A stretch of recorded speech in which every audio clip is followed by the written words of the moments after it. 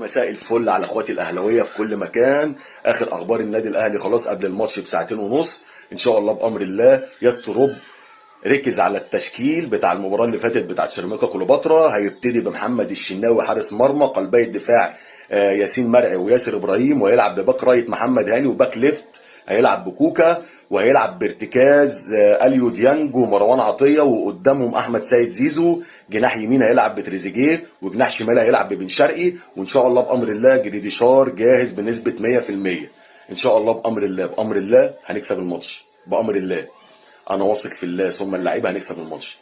طب ليه انت واثق كده؟ ويعني طمنا برضو زي ما انت مطمن. اقول لك انا، اي مباراه الاهلي والزمالك لما بتكون انت عندك ثقه ان انت الفورمه بتاعتك عاليه والفريق بتاعك عالي وهينزل يكسب الاهلي سكور، تعرف ان انت هتتغلب او مش هتعمل مباراه عاليه.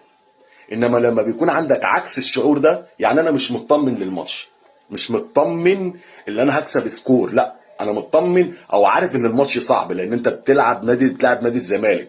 نادي الزمالك يا جماعه فريق لا يستهان بيه، هو المنافس الوحيد ليه.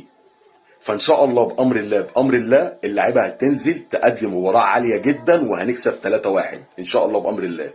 3-1 تريزيجيه وجريديشار، افتكر مني، تريزيجيه وجريديشار، وان شاء الله بامر الله زيزو. توقع النتيجه وليك جايزه. سلام.